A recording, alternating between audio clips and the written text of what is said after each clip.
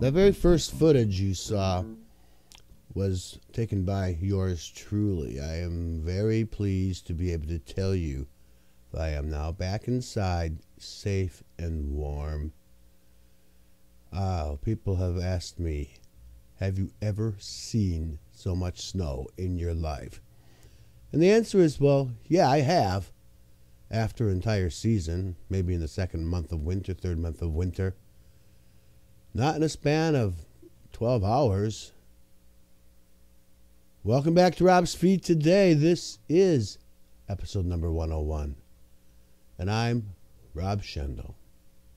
Welcome to Chicago in the winter. No question about it, the city of Chicago is shut down. It is closed for the day. I mean, I don't know how it can open tomorrow. It's incredible. I can't. As Ricky Ricardo would say. I walked to the corner grocery store and had no idea if they'd be open or not. That's Argyle Street that I showed you in my video there. I pass 12 businesses, retail businesses, that you always have their doors open, including a T-Mobile store, many restaurants, a mortgage office, dollar store, and then at the far corner is the corner grocery store I wanted to go to. None of those stores were open, with the exception of the store that was my destination. And this was at noon. They're always open at that hour. In fact, the restaurants would certainly be open at that hour. Then I walked over to Sheridan Road, which is, again, that corner. There was no traffic. There was no traffic on Argyle. There's no traffic anywhere. Of course, the city has said, don't go outside. So everybody in Chicago gets a snow day today. It is the first time in 12 years that Chicago public schools have been closed because of weather. And again, I don't think they can possibly get everything cleaned up well enough for the city to move to work efficiently by tomorrow. But we'll see. We'll keep, good luck to them. So for me, though, it's really this psychological thing. It's like, okay, now I got a snow day that I didn't expect. What am I going to do with my time off?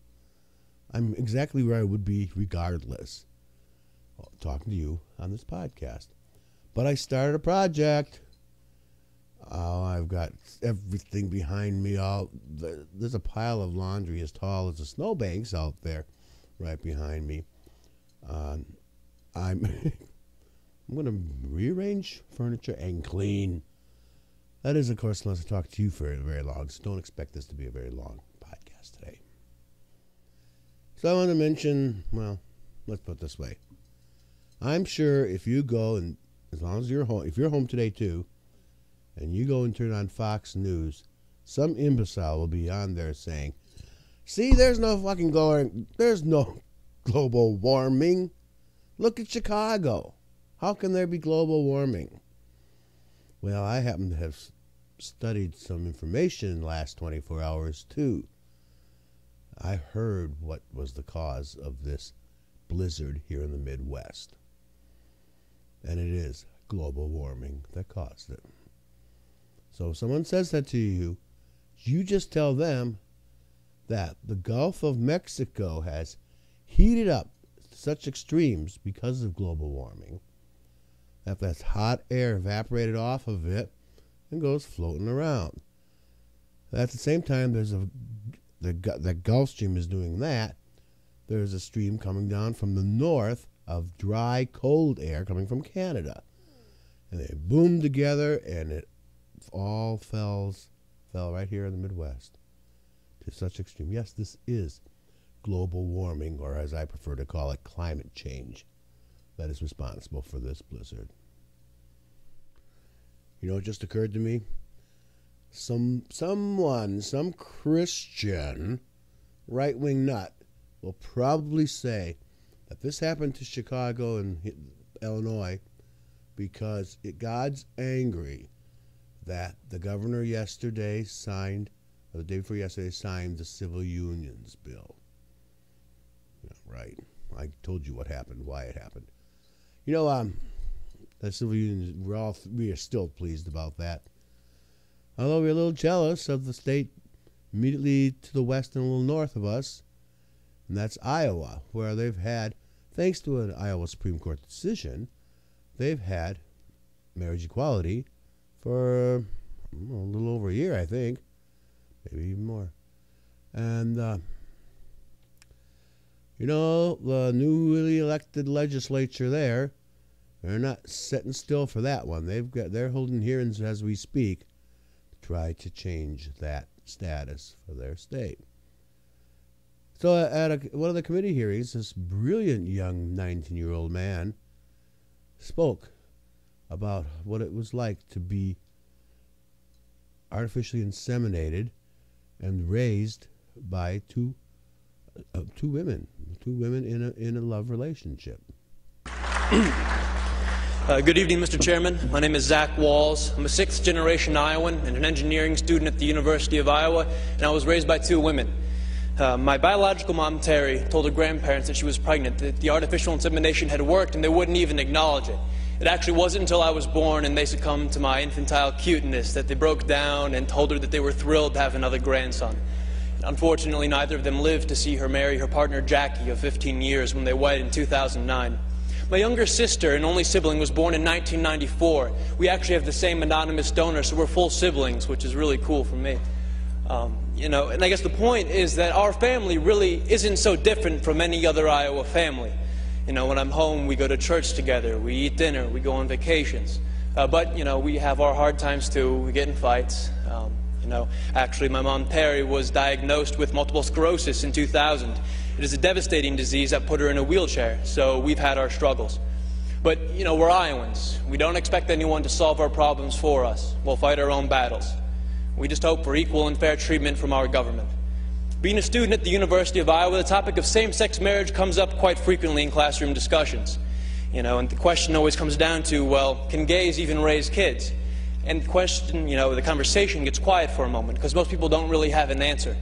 And then I raise my hand and say, actually, I was raised by a gay couple, and I'm doing pretty well.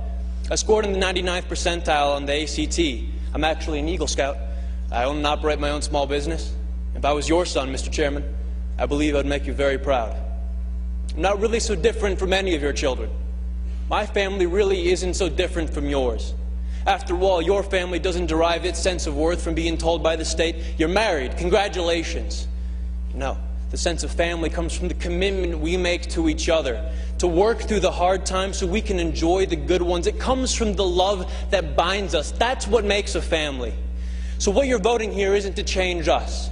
It's not to change our families, it's to change how the law views us, how the law treats us. You are voting for the first time in the history of our state to codify discrimination into our Constitution, a Constitution that, but for the proposed amendment, is the least amended Constitution in the United States of America. You are telling Iowans that some among you are second-class citizens who do not have the right to marry the person you love. So will this vote affect my family? Would it affect yours? Over the next 2 hours, I'm sure we're going to hear plenty of testimony about how damaging having gay parents is on kids. But in my 19 years, not once have I ever been confronted by an individual who realized independently that I was raised by a gay couple. And you know why? Because the sexual orientation of my parents has had zero effect on the content of my character. Thank you very much. I'm really happy to have been able to share that with you. Young people these days are pretty smart. As a friend of mine on Facebook said, when is that kid going to run for president? I want to vote for him. And now, having said that, thanks again for watching. That's all I'm going to say.